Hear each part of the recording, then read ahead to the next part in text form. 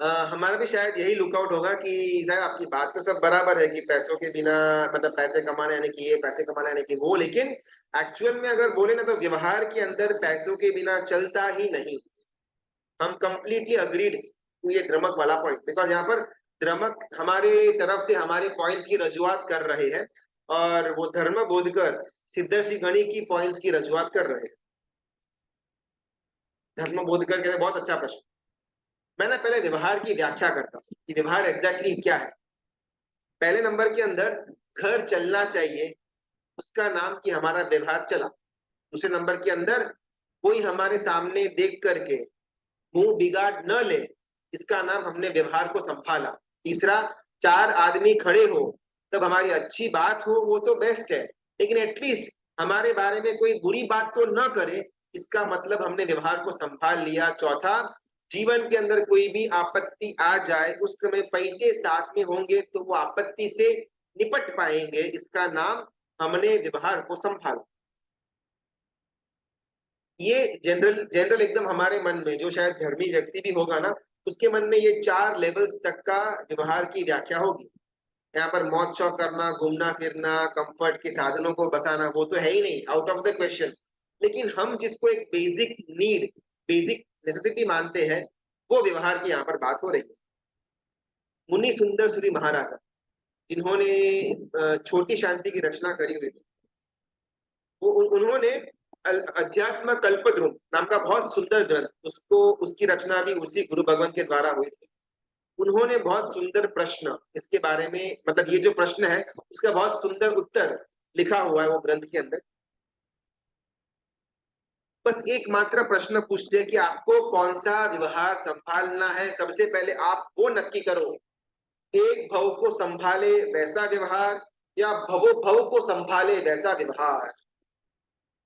हम यहाँ पर एक भव को संभालने का जो व्यवहार है उसके अंदर इतने ज्यादा रत हो जाते हैं कि भवो भव का जो हमको व्यवहार संभालना होता है उससे हम चूक जाते हैं। हमको इस भव के अंदर हमारा घर चले उसके लिए अपन पैसे कमाए, अग्रीड, लेकिन उसके अंदर हम इतने ज्यादा आसक्त हो जाते हैं कि भवो भव में हमको पैसे मिलेंगे या नहीं बहुत बड़ा प्रश्न पड़ जाता है। हमको इस भव के अंदर लोग हमारे लिए अच्छी बातें करे, एटलीस्ट निंदा तो न करे, ये हमारा भाव। लेकिन भवो भव के अंदर हमारी निंदात्मक क्रियाओं के बारे में लोग निंदा करे, उसका क्या। यह भव यानी कि इस भव के अंदर हम पर कोई भी आपत्ति आए तो पैसों के कारण वो आपत्ति सुलट जाए, अगर हमारा ये व्यवहार है तो भवो भव के अंदर दुर्गति नाम का जो आपत्ति हमको आएगी उससे हमको कौन बचाने वाला है। हमको डिसाइड करना पड़ेगा कि हमको कैसा व्यवहार संभालना है। एक भव तक सीमित रहे ऐसा व्यवहार या भवो भव तक जो साथ में आए वैसा व्यवहार। हमको एक भव तक सीमित रहे ऐसा व्यवहार की अगर हम संभाल करते रहेंगे तो निश्चित रूप से दुर्गति कंफर्म है। हमने कल एग्जांपल लिया हुआ था धर्म ये ब्रह्मदत्त चक्रवर्ती का 700 साल का आयुष्य इज इक्वल टू 33 सागरोपम का 7वीं नरक का वेदना। कहा 700 वर्ष शायद पलक झपकते चले जाए कंपेयर टू 33 सागरोपम का 7वीं नरक। बिकॉज वो ब्रह्मदत्त चक्रवर्ती ने सिर्फ उस भव के अंदर का व्यवहार संभाला। इस भव के अंदर मुझे ऐशो आराम चाहिए, इस भव के अंदर लोग मेरी प्रशंसा करें, इस भव के अंदर मेरा घर चले, बस यहाँ तक मुझे काफी है, आगे की मुझे कोई चिंता है ही नहीं। इस प्रकार का अगर व्यवहार संभालना है तो वो व्यवहार अवश्य में दुर्गति के अंदर चला आपको लेकर के जाएगा। मुनि महाराजा ये अध्यात्म कल्पद्रुम के अंदर कहते हैं कि इतना कुछ सुनने के बाद भी इधर ही रहना है, मुझे पैसा ही चाहिए, मुझे यही करना है, तो ऐसे या विचार वाले को शायद अभी मोक्ष उससे बहुत दूर है। दो ऑप्शंस है, या तो हमको यहाँ से बाहर निकलना है, उस भावना के साथ हम यहाँ पर डटे रहे, या फिर हमको यहाँ पर मजा आता है, हम वेल सेटल्ड हो चुके हैं, हमको बाहर जाना ही नहीं है, उस विचार से भी हम संसार के अंदर रह सकते हैं। तो मुनि सुंदर महाराजा कहते हैं कि जिस जिस व्यक्ति को यहाँ से बाहर निकलना है, कि ये संसार रूपी कादों से बाहर निकलना है, सर्ववीरति के अंदर जाने की इच्छा क्षण क्षण प्रकट होती रहती है, वो व्यक्ति सही मायने में मोक्ष मार्ग का एक एक एक सफर उसको मुसाफिर बोल सकते हैं। जो एकदम कंप्लीटली अपने जीवन के अंदर सेटल डाउन हो चुका है, पाप नहीं कर रहा, धर्म का कोई ना कोई अंग की सेवना कर रहा है, उसके जीवन के अंदर भी रात्रि भोजन बंद है, परमात्मा का दर्शन पूजा चालू है, चैती वंदन चल रहा है, सामायिक है, प्रतिक्रमण है, माला है, स्वाध्याय, सब कुछ चल रहा है, लेकिन ये दूसरा नंबर का जीव उसी भव के, ये उसकी नित्य क्रम के अंदर एकदम सेटल डाउन हो चुका है कि बस सब कुछ अच्छा चल रहा है, अभी इससे आगे मुझे कोई जंखना है ही नहीं। यहाँ पर मेरा अच्छा धर्म हो रहा है, श्रावक के 12 व्रत मैं धारण कर रहा हूँ, 14 नियम भी मैं ले लेता हूँ, सारा प्रतिक्रमण भी करता हूँ, बस है इनफ। तो मुनि श्री महाराजा कहते हैं कि इस प्रकार का अगर कोई इंसान हो तो वो श्रावक भी नहीं। श्रावक यानी कि भले उसके जीवन के अंदर नित्य क्रम के अंदर धर्म की क्रिया कम ज्यादा हो सकती है, भले उसके रोजिंदा जीवन के अंदर परमात्मा की सेवना जो उत्कृष्ट तरह से करना चाहता है वो कर न भी पाए, लेकिन हर एक क्षण उसका मन इस संसार से कब मैं बाहर निकलूं, कब सर्ववीरति को मैं ग्रहण करूं, इसकी अदम्य झंखना पड़ी हुई हो, वो जीव सही मायने में श्रावक। और दूसरा जीव जो 14 व्रत ले चुका है, 14 सॉरी 12 व्रत ले चुका है, 14 नियम भी फॉलो करता है, सब कुछ बराबर उसका जीवन सेटल डाउन है और उसको उसमें मजा आता है, बस यही अपना जीवन, इसी को अपन फिक्स कर देते हैं, तो वो इंसान श्रावक भी नहीं। भले 12 व्रत लिए है वो अलग बात है, लेकिन श्रावक की कैटेगरी के अंदर उसको अपन रख नहीं पाएंगे। इस प्रकार का स्टेटमेंट छोटी शांति के रचयिता मुनि श्री महाराज अपने ग्रंथ के अंदर कहते हैं। क्योंकि रीजन ये है कि संसार के अंदर, दुनिया के अंदर एक भी पैसा बिना हिंसा का आ ही नहीं सकता। आप चाहे कोई भी धंधे का कल्पना करो, हर एक धंधे के अंदर हिंसा हिंसा तो रहेगी ही रहेगी। षटकाय के जीवों की विराधना, षटकाय के खून, षटकाय का मांस, वो चिपके बिना पैसा हमारे घर पे आ ही नहीं सकता। हीरे का इसमें एकदम कम पाप हो, हीरे का व्यापार हो या ट्रेडिंग का, यहाँ से मार लिया वहां पर मार दिया, हर एक धंधे के अंदर हिंसा तो है। यानी कि इतना समझना है कि हमारे घर पे जो पैसा जितना भी हम नीति से भी क्यों ना लेकर के आए, आज तो वही बहुत बड़ा स्वप्न जैसा लगता है कि नीति वाला पैसा, हम कितने अन्याय करते हैं धंधे के अंदर या नौकरी के अंदर हमको मालूम है। लेकिन एक बार के लिए हमारे लिए ऑप्टिमिस्टिकली सोच करके देखें, ये बहुत अच्छी तरह से धंधा करते हैं, एकदम नीति पूर्वक न्याय पूर्वक धंधा करते हैं, फिर भी वो धंधा हिंसा यानी कि जीवों की किलामना किए बिना वो पैसा हमारे घर पे नहीं आता।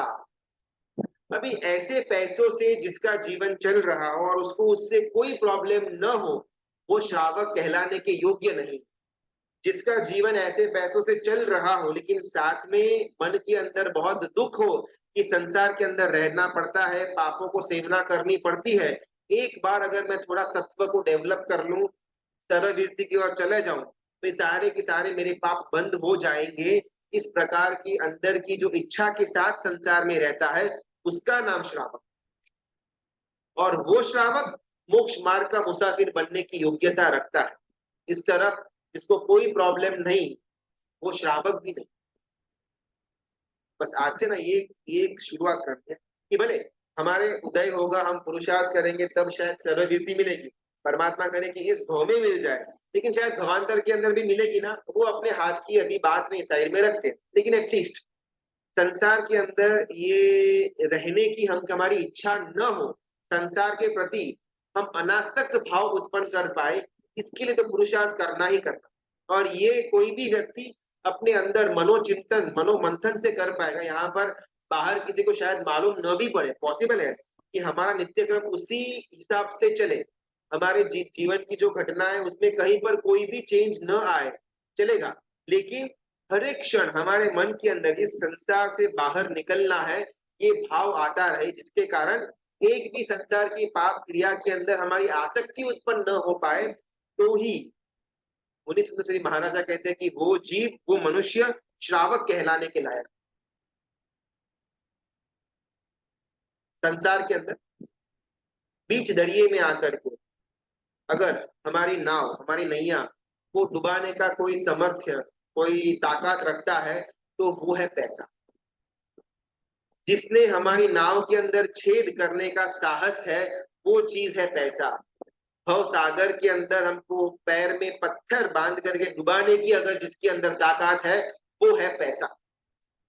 थोड़ा अपन अगर इंट्रोस्पेक्ट करें ना, तो ये जो 18 पापस अलग आते हैं, प्राणादिपात, कुशाद, उदान, मैथुन, परिग्रह, क्रोध, मान, माया, लोभ, राग, द्वेष वगैरह, ये जितने भी 18 पापस स्थानक है, वो सिर्फ और सिर्फ पैसों के साथ जुड़े हुए हैं। पैसे मुझे कमाने हैं, मुझे हिंसा करनी पड़ती है, पैसे मुझे कमाने हैं, मुझे झूठ बोलना पड़ता है, चोरी करनी पड़ती है, मुझे परिग्रह का सेवन करना पड़ता है, मुझे क्रोध करना पड़ता है, राग द्वेष करने पड़ते हैं, किसी को माया प्रपंच करना पड़ता है, बिकॉज मुझे पैसे कमाने हैं।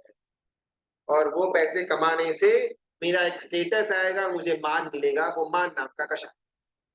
ये एक पैसा, ये पैसा नाम का चीज हमारे पूरे के पूरे इस रूपी जो नाव है, उसमें छेद करने का काम ये पैसा है।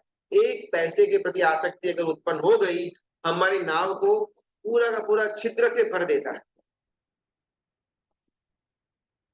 पैसा होगा तो सरकारी अधिकारी की हम पर आंख आएगी, उनकी नजर हमारे पर पड़ेगी, हमको परेशान करेंगे। पैसे होंगे तो आजू बाजू चोर, लुटेरे, डाकू आने का भय होगा। पैसा होगा तो शायद हमारा पुत्र आउटलाइन का हो जाएगा। पैसा होगा तो हमारी पुत्री न करने के कार्य कर पाएगी। तो पैसा सिर्फ हमारे जीवन को बर्बाद नहीं करता, हमारे साथ जितने भी जीव संलग्न जुड़े हुए हैं, उनका जीवन भी बर्बाद करने की ताकत हमारे द्वारा कमाए गए पैसों के अंदर है। ये भ्रमक, इसके मन के अंदर तो पहले ये पैसों को लेकर के आ सकते थे कि पैसे अगर मेरे पास नहीं होंगे तो मुझे प्रॉब्लम हो जाएगी। ये एक तर्क भ्रमक रखते हैं धर्म बोधकर के सामने कि जब आपत्ति आ जाएगी ना, तब पैसे होंगे तो मुझे तो मेरा काम निकल जाएगा। अगर भगवान ना करे मुझे कोई रोग उत्पन्न हुआ, मुझे कोई एक्सीडेंट वगैरह हो गया, तो उसमें पैसे होंगे ना तो काम मेरा चल जाएगा। और उसमें हॉस्पिटल के बिल वगैरह भरने के लिए पैसे न होंगे तो क्या करना, तो पैसे तो चाहिए ना। यहाँ पर धर्म बोधकर कहते हैं कि अगर तेरे पास पुण्य नहीं होगा, पैसे तेरे पास होंगे, फिर भी वो तेरे हाथ से गायब हो जाएंगे। अगर तेरी भवितव्यता ही नहीं है पैसे तेरे पास रहने की, तो तेरा भाग्य भी तुझसे रूठ करके भाग जाएगा। तो कितना भी परिश्रम कर, पुरुषार्थ कर, पैसे कमाने का प्रयत्न कर, तेरे हाथ में पैसे टिकने वाले नहीं। यहाँ पर बात पैसे कमाने की नहीं है, मतलब पैसे नहीं कमाने ऐसी बात बिल्कुल भी नहीं है। फिर स्वाध्याय के अंदर ऐसा है, अपने को पैसा नहीं कमाने का, अपन पूरा दिन स्वाध्याय करता रहेंगे, सामयिक करेंगे, धर्म ध्यान करेंगे, चाहे घर भूखा मरे तो मरे। ऐसी गलत धारा के अंदर बिल्कुल नहीं जाना, लेकिन ये हैवी डोज देने के द्वारा एटलीस्ट हमारे मन के ऊपर आसक्ति जो बंद करके रखी हुई है पैसों के लिए, वो कम हो। कल का कल मैं धंधा बंद कर दूंगा, ऑफिस बंद कर दूंगा, पैसा तो पॉकेट में रखा हुआ वो गन पाउडर है, दुर्गति का कारण है, छिद्र वगैरह कर देते, मेरे को पैसा होना ही नहीं, और मैं घर पे बैठा बैठा अपना धर्म ध्यान करता रहूं, तो ये बहुत ही अधर्म का कार्य हो जाएगा, ये अनुचित है।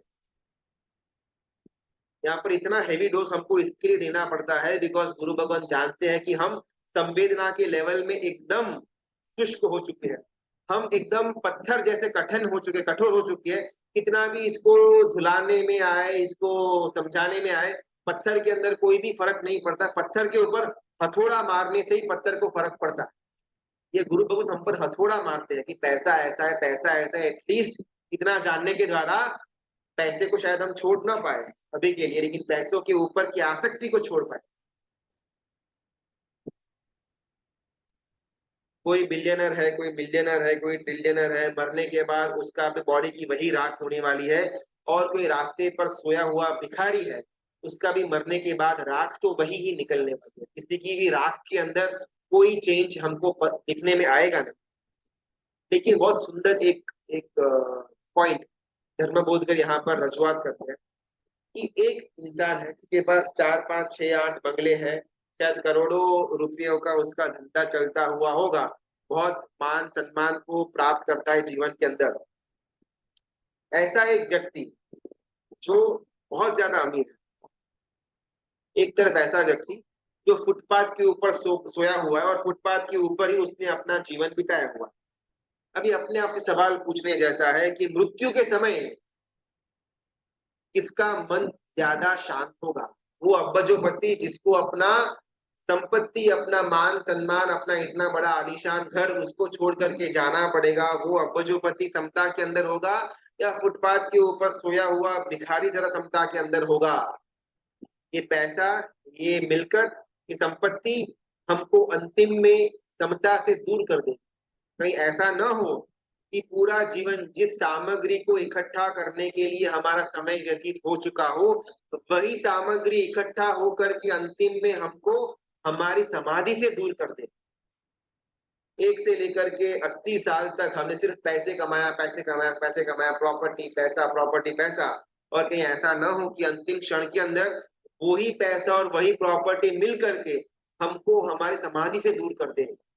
शायद वो भिखारी तो आराम से, चलो भाई ये भाव तो मेरा पूरा हुआ, एटलीस्ट आगे आने वाला भाव तो मेरा अच्छा हो, ऐसा समता के अंदर, शुभ भावों के अंदर शायद उसकी मृत्यु हो सकती है। लेकिन वो जो पति, अरे बाप रे बाप, इतना सब कुछ मुझे छोड़ करके जाना पड़ेगा, मैं पागल बन जाऊं।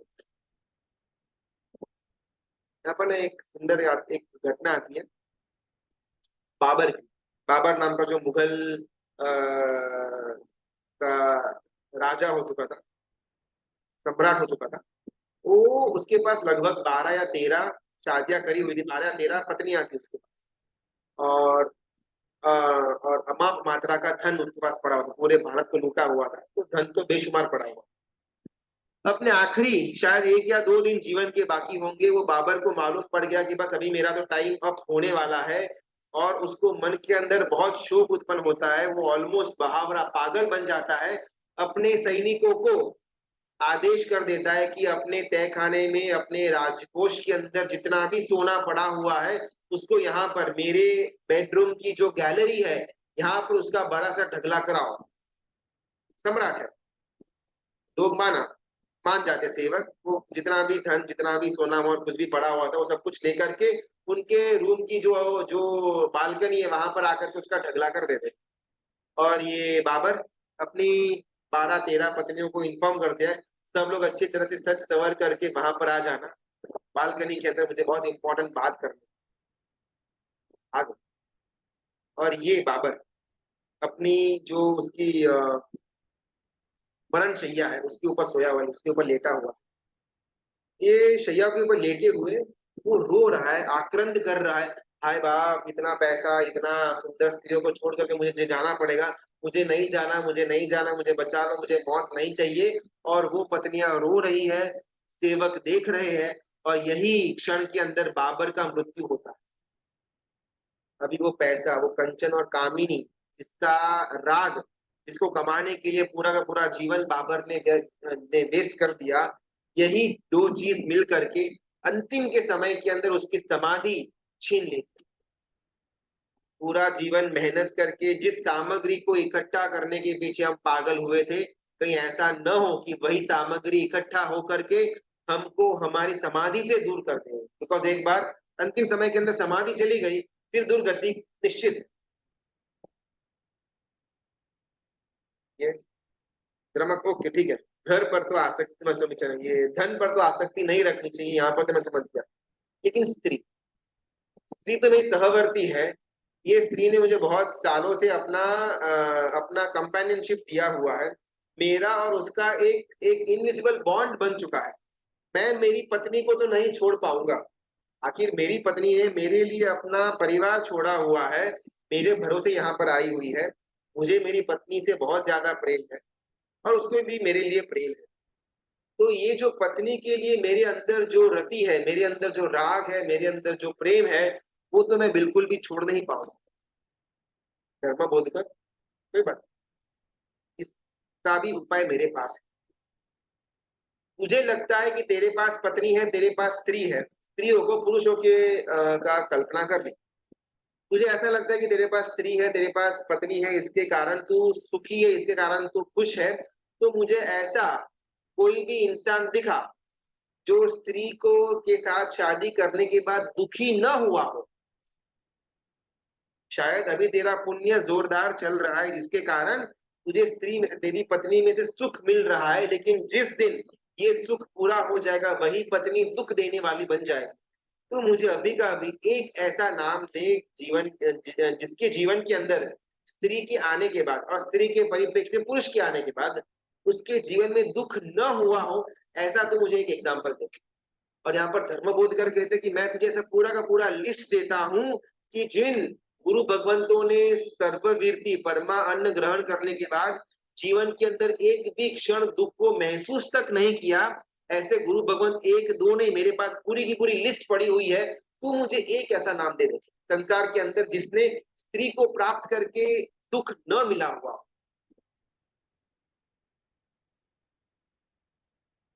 हाँ देखो, पॉसिबल तो है शायद, ऐसा हो सकता है कि भाई स्त्री के साथ, यानी कि शादी करने के बाद उस स्त्री के साथ मुझे, तो स्त्री के कारण मुझे दुख मिला हुआ हो, इज कम्प्लीटली पॉसिबल। लेकिन हमारा इतने सारे लंबे लंबे समय से अपना इतना एक 15 20 25 50 सालों से हमारा ये संबंध चला आ रहा है, तो उसका क्या।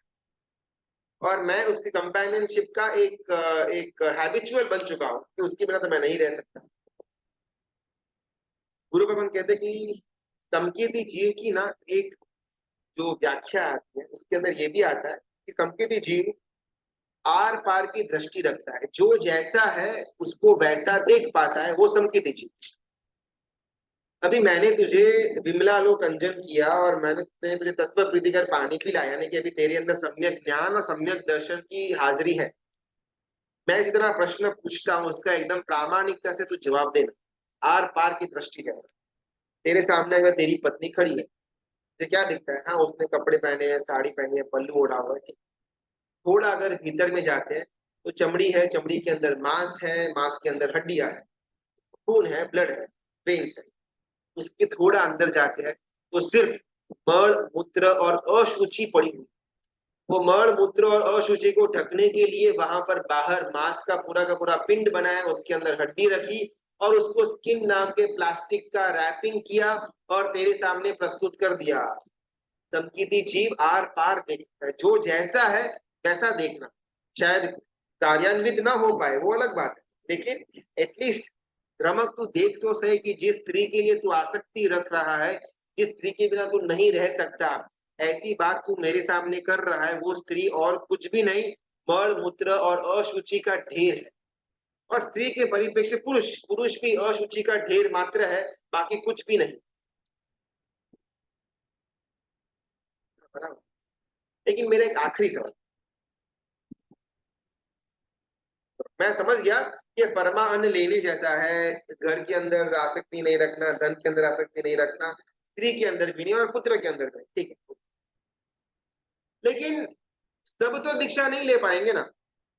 हमारा भी शायद ये लास्ट वॉल ऑफ डिफेंस, गुरु भगवंत अगर अपन को दीक्षा की या संयम धर्म की बात करते हैं, लास्ट वॉल ऑफ अपना डिफेंस, कि गुरु भगवंत सब तो दीक्षा नहीं ले पाएंगे ना, किसी को तो श्रावक धर्म के अंदर रहना पड़ेगा, सब लोग दीक्षा ले लेंगे, फिर वो गुरु भगवंत की वयावच कौन करेगा, उनके लिए श्रावक तो चाहिए, तो मैं श्रावक बनूंगा।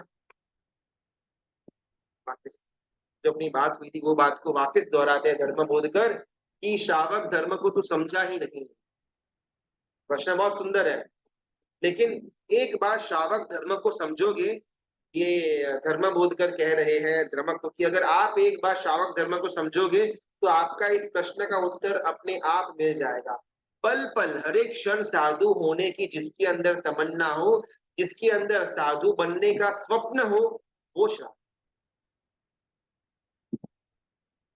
और जो श्रावक संतुष्टि मान लेता है कि सब लोग तो दीक्षा नहीं ले पाएंगे, किसी को तो यहाँ पर रहना पड़ेगा, तो मैं यहाँ पर रह जाता हूँ, अगर ऐसा विचार है तो वो श्रावक श्रावक भी नहीं।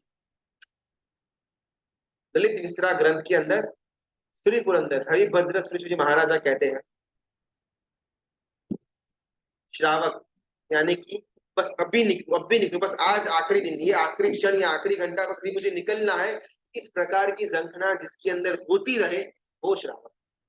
श्राद्ध विधि प्रकरण नाम का ग्रंथ ग्रंथ है जिसके अंदर श्रावक की कंप्लीट दिनचर्या बताई गई है कि सुबह कितने बजे उठना, कैसे उठना, उठने के बाद क्या करना, कहाँ पर जाना, कितने बजे क्या, ये सब कुछ बहुत प्रॉपरली प्रिसाइसली पूरा का पूरा शेड्यूल जहां पर फिक्स करके हमको दिया गया है, उसका नाम श्राद्ध विधि प्रकरण।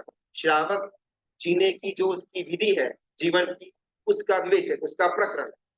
उसके रचयिता रत्न शेखर सुरेश्वर जी महाराजा, लगभग विक्रम की 15वीं शताब्दी के अंदर ये ग्रंथ की रचना हुई। उसके अंदर ना श्रावक के 70 70 लक्षण आते हैं।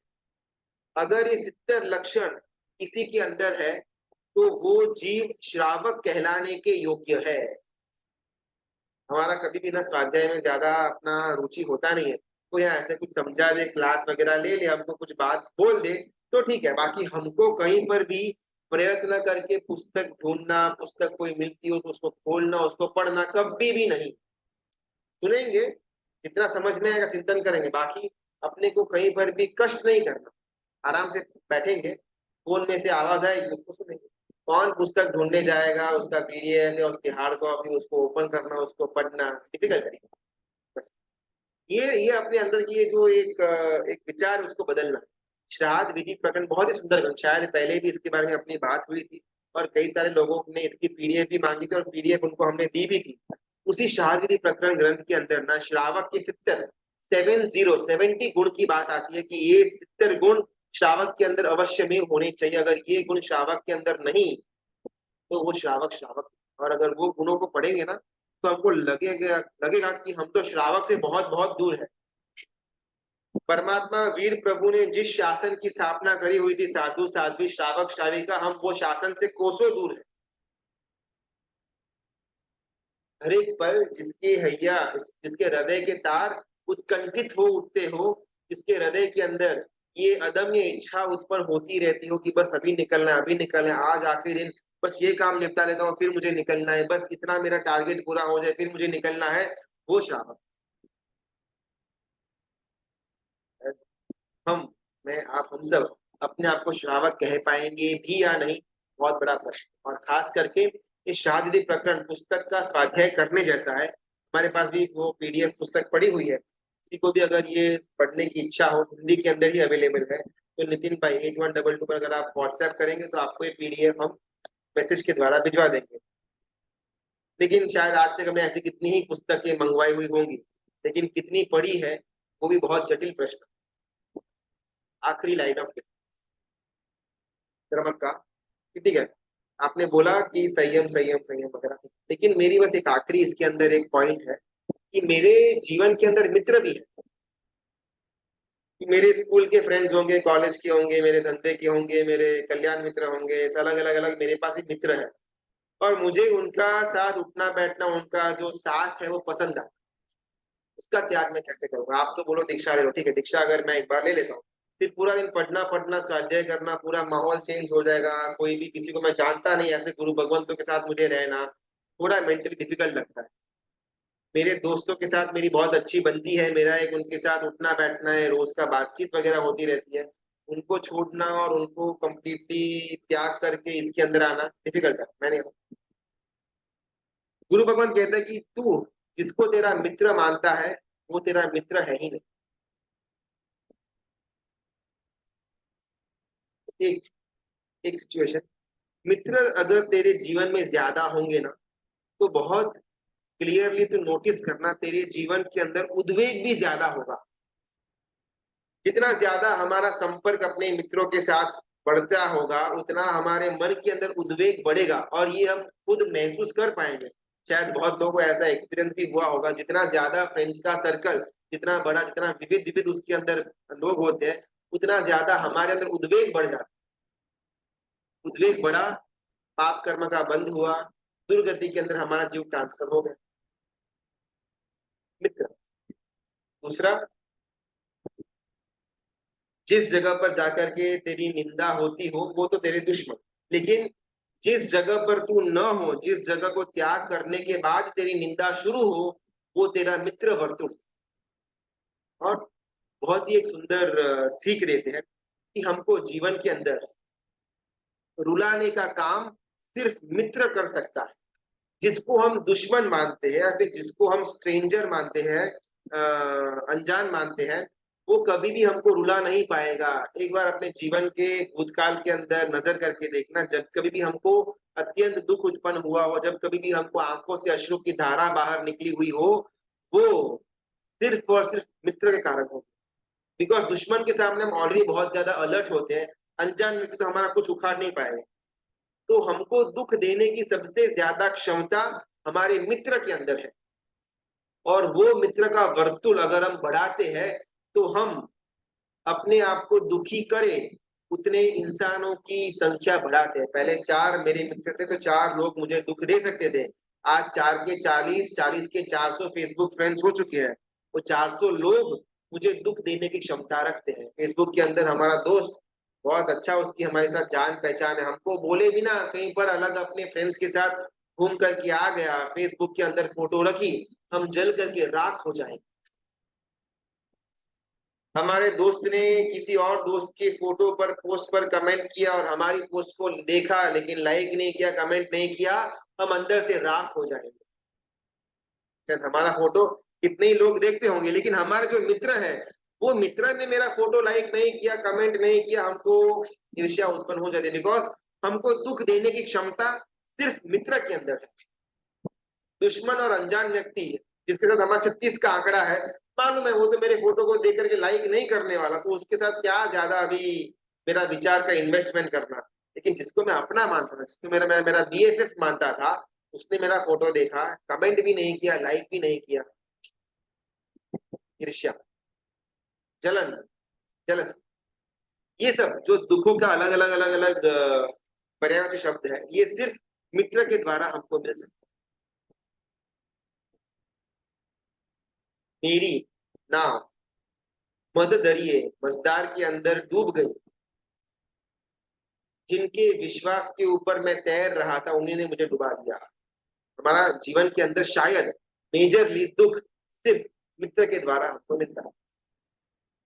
यहाँ पर ये धर्मबोधकर, उन्होंने द्रमक को, शायद द्रमक ने 5 बहाने प्रस्तुत किए हुए होंगे, उन पांचों बहानों को बहुत सुंदर प्रकार से धर्मबोधकर ने यहाँ पर उत्तर देने का प्रयत्न किया। इस कारण कहीं पर हमारे मन में छोटा छोटा भी परिवर्तन या चिंतन मंथन शुरू हो, ऐसी इच्छा रखते हैं। यहाँ पर ये 5 रीजंस पूरा होने पर अपन पॉज करते हैं।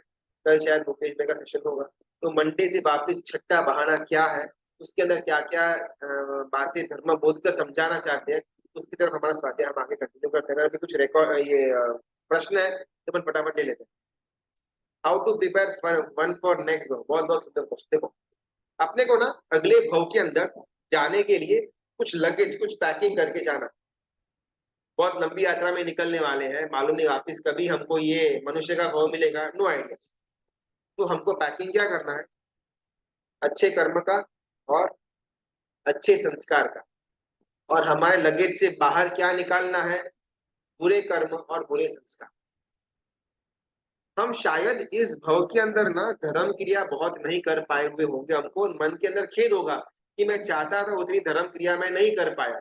लेकिन एटलीस्ट जितनी भी छोटी मोटी हमारी धर्म क्रिया चल रही है, उसके अंदर जितना हमारा मन इन्वॉल्व रहेगा, उतना ज्यादा हमारे अंदर संस्कार का, एक अच्छे संस्कार का एक एक पैकेज बंद होगा। ये अच्छे संस्कार हमको भवांतर के अंदर अच्छी क्रिया तक लेकर के जाएंगे, लेकिन अच्छी क्रिया हमको भविष्य के अंदर अच्छी क्रिया मिले, इसकी कोई गारंटी नहीं। मैं अभी परमात्मा की पूजा रोज करता हूँ, अभी इसके कारण भवांतर के अंदर भी मुझे परमात्मा की पूजा करने का अवसर मिलेगा, नो आइडिया। लेकिन अगर इस भाव के अंदर परमात्मा की पूजा करने के साथ साथ मेरे मन के अंदर भयंकर अहोभाव था परमात्मा के लिए, बहुत ज्यादा उनके लिए जंखना थी, तो उसके कारण जो संस्कार पड़ा, उससे गारंटी से अगले भाव के अंदर भी हमको परमात्मा मिले, ये चीज हो सकती। तो हमको संस्कार यानी कि गुण डेवलप करना है, सिर्फ शुष्क क्रियाओं के से आगे नहीं बढ़ते। 12 व्रत कैसे ले सकते हैं, जनरली ना जब गुरु भगवान मौजूद होते हैं संघ के अंदर, तो नाड़ मंडाते यानी कि वो दीक्षा के टाइम पर किस प्रकार वो एक सिंहासन रखा जाता है, उसके अंदर उसके ऊपर चतुर्मुख जी प्रतिमा जी रखी जाती है, 4 मुख वाली, और उनके प्रदक्षिणा 3 बार देने के बाद वो दीक्षा की विधि की प्रारंभ होती है, उसको नाड़ बोलते हैं। वही नाड़ रची जाती है, और नाड़ के इर्द गिर्द 3 प्रदक्षिणा देने के द्वारा 12 व्रत को एक एक करके गुरु भगवान उचराते हैं, उनका पचखान देते हैं, और वो हम स्वीकारते हैं, तहत्ती बोलते हैं, और उस प्रकार हम 12 व्रत ग्रहण कर पाते हैं। अभी हम चाहे तो भी शायद ये इंस्टेंटली न हो पाए, बिकॉज इसके लिए गुरु भगवान का योग चाहिए, वो नाड़ वगैरह मंडाना पड़े, संघ के अंदर भी वो व्यवस्था होनी चाहिए। तो अगर मेरी इच्छा है 12 व्रत लेने की, लेकिन अगर ये सब सपोर्टिव चीज मुझे मिल नहीं रही, शायद मैं न भी ले पाऊँ। लेकिन अभी इंस्टेंटली मुझे अगर इस व्रत के अंदर स्थिर होना है तो क्या करना, तो जो भी ज्ञानी गुरु भगवंत का अवकाश हमारे पास है, उनके पास जाकर के सबसे पहले क्लियरली 12 व्रत समझना और उनके मुख से उच्चारण करके हमको वो ग्रहण करना। एक्चुअल में ये प्रॉपर विधि तो नहीं है, लेकिन टाइम बीइंग के लिए जब तक वो नाड़ वगैरह का कार्यक्रम सेट नहीं होता, तब तक एटलीस्ट मेरा जीव अवीरति के अंदर न रहे, उसके कारण वहां पर उनके पास से 12 व्रत जानना और 12 व्रत का जो भी पचखांड रहता है, वो पचखांड लेकर के हमको 12 व्रत फॉलो करना शुरू कर देना। और फिर जब अभी कभी अगली बार जब मौका मिले, तब नाड़ की समक्ष पूरी की पूरी क्रिया पूरा करने के बाद हमको वो व्रत का लाभ ज्यादा मिलना शुरू हो जाता है। 12 व्रत लेंगे तभी श्रावक कहलाएंगे ना। देखो यहाँ पर ना ऐसी बात आती है कि परमात्मा वीर प्रभु ने जब संघ की स्थापना की, यानी कि दूसरी जब उनकी देशना हुई जिसके अंदर इंद्रभूति गौतम इत्यादि आए और गणधर मत की स्थापना हुई, और उसी समय धर्म का स्थापना उन्होंने किया, तो उस समय साधु साध्वी और श्रावक श्राविका की भी परंपरा चालू करी हुई थी। लगभग 3 लाख श्रावक थे परमात्मा वीर प्रभु के शासन के अंदर, और लगभग 5 या 5.5 लाख, ऐसा कुछ तो नंबर आता है, उतने लाख की श्राविकाएं। तो यहाँ पर जब श्रावक और श्राविका का नाम आता है तो स्पेशली ये वो इंसान थे जिन्होंने 12 व्रत ग्रहण किए हुए। 12 व्रत ग्रहण करने वाले कितने, तो 3 लाख श्रावक यानी कि पुरुष और 5 या 6 लाख स्त्री। उसके अलावा शायद और लाखों लोग परमात्मा की वाणी सुनने के लिए आते भी थे, परमात्मा की वाणी सुनकर आवर्जित भी हो जाते थे और छोटा मोटा जीवन के अंदर धर्म भी शुरू कर देते थे। लेकिन उनकी गिनती शास्त्रकार भगवंतों ने ये 3 लाख के अंदर नहीं करी हुई है। ये एकदम क्लियर है कि जो 12 व्रत को ग्रहण करता है वही श्रावक कहला पाता है। लेकिन 12 व्रत ना, ये भले क्रिया से अपन ग्रहण न कर पाए, लेकिन एटलीस्ट भाव रूप से भी हम हो सके उतना प्राणादिपात इत्यादि जो 12 व्रत है उसके अंदर नियमन करते जाए, तो एक श्रावक का एक एंट्री स्टेज तक अपन पहुंच पाएंगे। भवितव्यता यानी कि नियति, जो होना है वो होकर रहेगा, वो जो नियति है उसको भवितव्यता बोलते हैं। संवेदना यानी कि किसी भी जीव के लिए दया का भाव, अंदर कोई भी भाव, उसकी नाम संवेदना। आज ना क्या हो चुका है, इतनी ज्यादा टीवी के अंदर हिंसा देखते हैं, इतना ज्यादा क्रूरता वाला हमारे अंदर परिणाम आ चुका है कि पहले के अंदर जब हमारे साथ में कोई नॉनवेज ऐसा कुछ खाता था करता था ना, हमको बहुत चिढ़ चढ़ती थी, हम एकदम से उठ करके निकल जाते थे, हमको सहन नहीं होता था। आज ये टीवी के अंदर, ये नेटफ्लिक्स के अंदर इतनी भयंकर हिंसा को देख करके हमारे अंदर की संवेदना मर चुकी है। हमारे बाजू में कोई नॉन वेज खाता हो, कुछ भी करता हो, कोई फर्क नहीं पड़ता, बिकॉज अंदर की संवेदना, अंदर के भाव, अंदर के दया का परिणाम वो मर चुका है। वो जो है उसका नाम संवेदना। श्रावक के 3 मनोरथ, आरंभ परिग्रह अल्प हो, महाव्रत हो स्वीकार, संतारा हो, अंत में 3 मनोरथ सार। हाँ, शायद अच्छा है, एक इंफॉर्मेशन दिया होगा, धन्यवाद। श्रावक के गुणों की बुक की, हाँ श्रावक के गुण नहीं, लेकिन श्रावक के स्टार्टिंग के ना मार्गानुसरिता के 35 गुण की बात आती है, वो भी श्राद्ध प्रकरण के अंदर मिल जाएगी। और श्रावक की जो 70 गुणों की बात आती है वो भी श्राद्ध विधि प्रकरण के अंदर मिल जाएगी। ये पुस्तक लगभग 200-250 पन्ने की है। वो पुस्तक का पीडीएफ है हमारे पास, किसी को भी चाहिए होगा तो आप व्हाट्सएप करेंगे तो आपको मिल जाएगा। जलन ईर्ष्या एक्सेट्रा रखेंगे तो हमारे में समता नहीं आएगी, ऐसा होगा ऑब्वियसली। मतलब अगर हम किसी के सक्सेस को देख करके अगर हम ईर्ष्या भाव में रहेंगे तो समता कैसे आएगी। समता और ईर्ष्या भाव, समता और ये जलन, वो विरोधाभासी है। या तो जलन हो सकती है या समता हो सकती है, दोनों साथ में तो नहीं हो सकती। कि हम भी कोई भाव में तीर्थंकर के समझ में गए होंगे, हाँ अगर हाँ फिर भी संसार में भटक तो रहे। हाँ अच्छा सवाल। देखो ये ना जानने जैसा है, मैंने आपने हम सब ने असंख्य बार तो नहीं लेकिन कुछ संख्या बार, 50 बार, 100 बार, 500 बार, 1000 बार, लाख बार हम सब ने परमात्मा के देशना समवस्त्रण के अंदर बैठ करके हमने सुनी हुई है। हर एक इंसान जो यहाँ पर मौजूद है उसने सुनी हुई। लेकिन फिर भी अपन भटक रहे, ऐसा क्यों? बिकॉज हमने कभी भी वो देशना या वहां पर जो भी धर्म की बातें हो रही थी उसको ग्रहण नहीं किया, सुना, निकाल दिया। जैसे मेजरली हमारे स्वाध्याय के अंदर होता है या फिर मेजरली कहीं पर भी कोई भी गुरु भगवान के प्रवचन सुनने के बाद जो हमारी प्रक्रिया होती है, सुना और बाहर निकाल दिया, ये सेम प्रक्रिया हमने समवस्त्रण में जाकर के भी करी, सुना और निकाल दिया। इसके कारण अभी भी हमारा संसार के अंदर परिभ्रमण चालू है। हमने जितना भी शुभता वाला सुना वो अंदर उतरा नहीं, अंदर उतर करके परिवर्तन नहीं आया, इसके कारण हम सब भटक रहे। सांझे चैत्यवंदन कर सका है। हाँ शाम को ना देखो, प्रतिक्रमण अगर हम करने वाले हैं तो प्रतिक्रमण के पहले चैत्य वंदन हो सकता है। हमको प्रतिक्रमण नहीं करना। तो सूर्यास्त के समय के बाद चैत्यवंदन परमात्मा के सामने न करें, वो उचित है। मिनिमम में वो जो अरियन चयनम, 3 खमा समना अरियन चयनम, अनथ एक नौकार का कौशल और पालने के बाद एक स्तुति, ये जो है वो करने की हमको छुट्टी है। लेकिन इसके अलावा चैत्यवंदन न करें तो वो ज्यादा उचित है। पीडीएफ मंगवाने का नंबर क्या है? वो 8122 जो एडमिट का नंबर है, जहां से व्हाट्सएप आते हैं, उनको आपको डीएम करना है। गुरुबंध हाजिर में न हो तो कोई गौतम स्वामी भगवान ने गुरुवंदन कैसे करें? बिल्कुल देखो, गुरु भगवंत हाजिर हो या न हो, लेकिन अगर हमारे मंदिर में गुरु गौतम स्वामी या प्रत्येक स्वामी विराजमान है तो अवश्य में उनको गुरुवंदन करना है। और वहां से बाहर आने के बाद संघ के अंदर जो गुरु भगवंत विराजमान है उनको भी गुरुवंदन आवश्यक है। जिस प्रकार एक श्रावक के जीवन के अंदर प्रतिदिन परमात्मा की पूजा या उनका दर्शन आवश्यक है, उसी प्रकार श्रावक के जीवन के अंदर गुरु वंदन भी आवश्यक है। गुरुवंदन मौजूद हो तो डायरेक्ट लाइव में, और अगर वो मौजूद हो तो भी जो गौतम स्वामी महाराजा अगर विराजमान है तो उनको तो अवश्य में गुरु वंदन करना ही चाहिए। राग और रति में डिफरेंस क्या है? रति और अरति दो ऑपोजिट तत्व। राग और द्वेष, अभी राग और द्वेष ना एकदम से हमको नहीं शुरुआत होगी। फॉर एग्जाम्पल, पहले रति और अरति हमारे जीवन में आएगी, उसके अंदर हमारा और ज्यादा भाव फूटेगा, तो राग और द्वेष की परिणति आएगी। एग्जाम्पल के तौर पर, अगर मुझे भिंडी की सब्जी नहीं पसंद, ऐसा अपन मान, तो घर के अंदर अगर भिंडी बनाई हुई है ना, तो स्टार्टिंग में एक बार जो भिंडी आएगी मेरे खाने के अंदर, अरे यार आज भिंडी है क्या? अरे आज तो नहीं है, ठीक है चलो भाई। फिर भिंडी के लिए मेरे अंदर अरति है, ना पसंदगी का भाव है, लेकिन मैंने भिंडी खा ली, ठीक है एक दिन। सेकंड डे भी भिंडी, अरे रोज रोज भिंडी थोड़ी मजा नहीं आता है, लेकिन सेकंड डे भी हमने कुछ बोला नहीं, कचकच नहीं किया, कैसे भी करके मुंह मुंह कचकचा करके हमने उसको खा लिया, आधा अधूरा खाया और उसको छोड़ दिया। थर्ड डे भी भिंडी, अरे बाप रे बाप, अभी तो हमारा सिलेंडर फट जाएगा। एक तो भिंडी भाती है नहीं, रोज रोज घर में भिंडी की सब्जी बनाते रहते हैं, और वो जो भिंडी के लिए जो नापसंदगी का अरति का भाव से शुरुआत हुई थी, वो 3 दिन के अंदर द्वेष या क्रोध के अंदर परिणाम देती।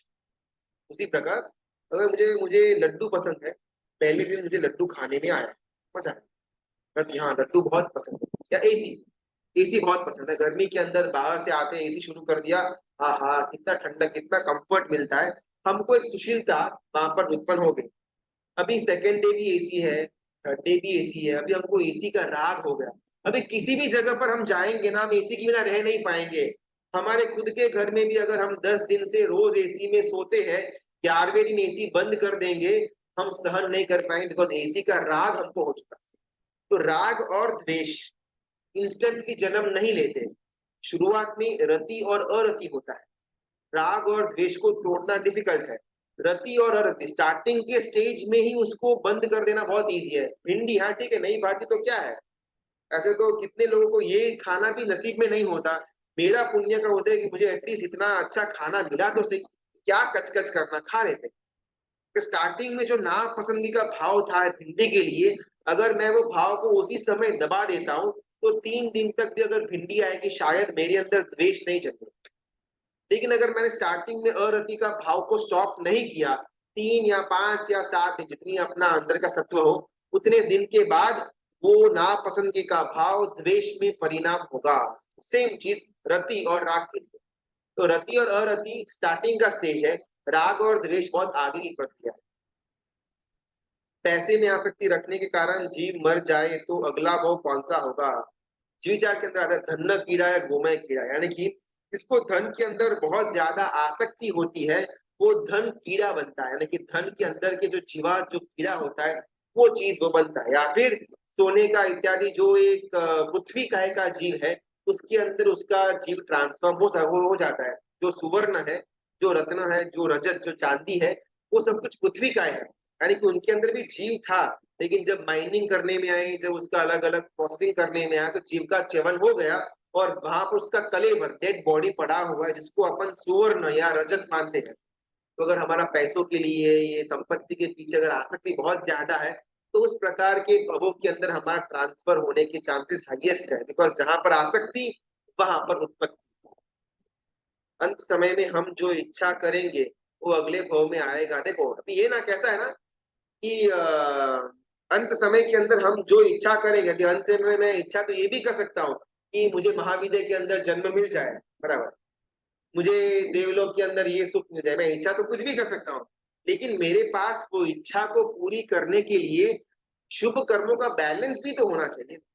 मैं कंगाल भिखारी, मैंने जीवन भर कोई धर्म नहीं किया, पूरा जीवन पाप पाप करता रहा, कहीं मैजिकली एकदम से मुझे अंतिम समय के अंदर शुभ भाव आ गए, ऐसा अपन मान लेते हैं, मुझे अच्छा भाव मिले, मुझे मनुष्य का भाव मिले, मुझे वहां पर जन्म हो, मुझे वहां पर जन्म हो, लेकिन हमने कोई पुण्य की कमाई तो की है नहीं, तो नहीं मिलेगा। ऐसे ही खाली फोकट मांगते रहेंगे तो ऐसा तो अपन मोक्ष भी मांग लेंगे, तो थोड़ी मोक्ष के अंदर हमारा जन्म होने वाला है, ऐसा पॉसिबल नहीं है। लेकिन लेकिन अगर हमारे पास धर्म का बैलेंस पड़ा हुआ है और अगर हमने कोई मांगनी करी तो वो पूरी होगी। मेरे पास एट द बेसिक लेवल एक इंद्रिय के जीव में मेरा मेरा अगला गति हो सकता है, बिकॉज उसके नीचे तो कुछ है ही नहीं, या तो एक इंद्रिय या फिर पंचेंद्रिय के बीच का कोई ना कोई एक जगह पर मैं स्थिर हो पाऊंगा, एक से नीचे आधा इंद्रिय पौना इंद्रिय तो नहीं है। तो एट द बेसिक मैं एक इंद्रिय के अंदर तो जाने वाला हूं ही, ऐसा अपन मान लेते, तो उसके अंदर अगर मैं पैसों के ऊपर आसक्ति रखता हूँ, ठंडे हवा एसी के ऊपर आसक्ति मेरी है, या या वनस्पति के अंदर ग्रीनरी के अंदर आसक्ति है, तो मेरा जीव इंस्टेंटली वहां पर ट्रांसफर हो जाएगा। मेरी अगर डिमांड्स बहुत ऊपर वाली है तो उसका पूरा करने के लिए मेरे पास उतना बैकिंग भी होना, उतना पुण्य की कमाई भी होनी, तो वो चीज मुझे मिल सकती है। राते सामयिक करी એમાં ગાથા પાકી કરવી હોય એટલે ડીમ લાઇટમાં એ करे, बिल्कुल भी नहीं। रात को सामयिक करनी है तो एटलीस्ट दिन के अंदर जो हमने पढ़ा हुआ है, सुना हुआ है, उसका पुनरावर्तन चिंतन करें, ये उचित है। लेकिन रात्रि को सामयिक करने के लिए अगर हमको, मतलब सामयिक के अंदर अगर स्वाध्याय करने के लिए डिम लाइट या बाजू वाले रूम की लाइट चालू करके यहाँ पर बैठना, ये सब बिल्कुल भी नहीं चलता, बिकॉज हमने करीनी भंते के अंदर सावध्यम जोगम पचखामी, सावध्य योग का मैं पचखान लेता हूँ, न करने का, सावध्य योग न करने का पचखान लेता हूँ, ऐसा हमने वादा किया था परमात्मा के सामने, गुरु के सामने। अभी वो ही वादा करने के बाद अपन डिम लाइट करें या बाजू वाले रूम की लाइट करें, स्पेशली सामायिक के अंदर स्वाध्याय करने के लिए, तो कहीं ना कहीं वो सामायिक का जो अंदर का भाव है उसका कॉन्ट्राडिक्शन हो जाता है। तो इससे बेटर है कि जितना भी हमको स्वाध्याय करना है वो सुबह के टाइम में कर करके रात को करें, और अगर सुबह पूरा का पूरा हमारा व्यस्त जाता है, समय नहीं मिलता, तो रात्रि के अंदर सामायिक न लेकर के 3 नौकार गिन करके आराम से बड़ी लाइट करके अपन स्वाध्याय करें। या तो अपन स्वाध्याय कर सकते हैं या रात को सामायिक कर सकते हैं, लेकिन रात को लाइट चालू करके सामायिक तो कभी भी नहीं करना चाहिए। धर्म के बैलेंस में क्या आता है, धर्म के बैलेंस में यानी कि हो सके उतना शुभता वाला करना, और पॉसिबल हो वहां तक जो पाप की क्रिया है उससे पीछे हटना। गाथा को मंडावे त्यारे जे आपड़े तेनो स्वाध्याय करी सके। हाँ, देखो इसमें ऐसा है ना कि अगर अपने को कोई नया सूत्र स्टार्ट करना, शुरुआत करनी है, तो जिनको वो सूत्र आता हो, कोई गुरु भगवंत है या फिर कोई कल्याण मित्र है, उनके पास से वो गाथा को ग्रहण करना, वो गाथा को लेना, उसके बाद ही वो सूत्र को मेमोराइज करना, गोखने की शुरुआत करनी चाहिए। बहुत बार क्या होता है, हमारे पास ऐसा कोई आलम्बन नहीं होता तो हम अपने आप ही वो सूत्र पढ़ना शुरू कर देते हैं, उसका उसकी गाथा गोखना शुरू कर देते हैं। इसके अंदर एकमात्र बड़ा प्रॉब्लम आता है प्रोनाउंसिएशन का। अभी इतने ज्यादा बड़ा डिफिकल्ट वर्ड्स होते सूत्र के अंदर, अंदर के उसको किस प्रकार बोलना हमको मालूम नहीं पड़ता है। अभी किसी ने हमको सिखाया नहीं, किसी ने हमको गाथा दी नहीं, हमको बराबर वर्ड सेट नहीं किए, हमने पुस्तक पढ़े, पुस्तक में जैसा हमको समझ में आया वैसा हमने उसका रट्टा मार लिया। अभी उसमें अगर वर्ड्स का क्लैरिटी न हो तो अर्थ का अनर्थ होने के चांसेस हाईएस्ट बन जाते हैं। तो ऐसा हम न करें, जिसको आता हो उसके पास से एक बार हम गाथा ग्रहण करें, उसके बाद अपन गोखने का शुरू करें, वो अच्छा उपाय हो सकता है। सामायिक नहीं सिर्फ स्थापनाचार्य उच्चार करके बैठे हैं लाइट फैन नहीं, बिल्कुल भी नहीं। सादरी के अंदर लाइट फैन चालू है तो 3 नौकार गिन करके अपना स्वाध्याय करना, बाकी कोई ज्यादा ऑप्शंस का सोचने का जरूरत नहीं। मित्रा के अंदर कुछ भी बोला हो तो मित्रा में बिल्कुल सबका बहुत बहुत धन्यवाद। थोड़ा बहुत परिवर्तन आए और संसार के प्रति आसक्ति जो उत्पन्न कर, जो अनासक्ति उत्पन्न करवानी है, उसमें हम थोड़े आगे बढ़ पाए, इसके लिए सब अपना पुरुषार्थ करें, ऐसी इच्छा। कल शाम 9:15 मुकेश भाई का सेशन यहाँ पर होगा, और सोमवार को वापस छठा बहाना जो बाकी है उसकी तरफ हम आगे बढ़ेंगे। धन्यवाद।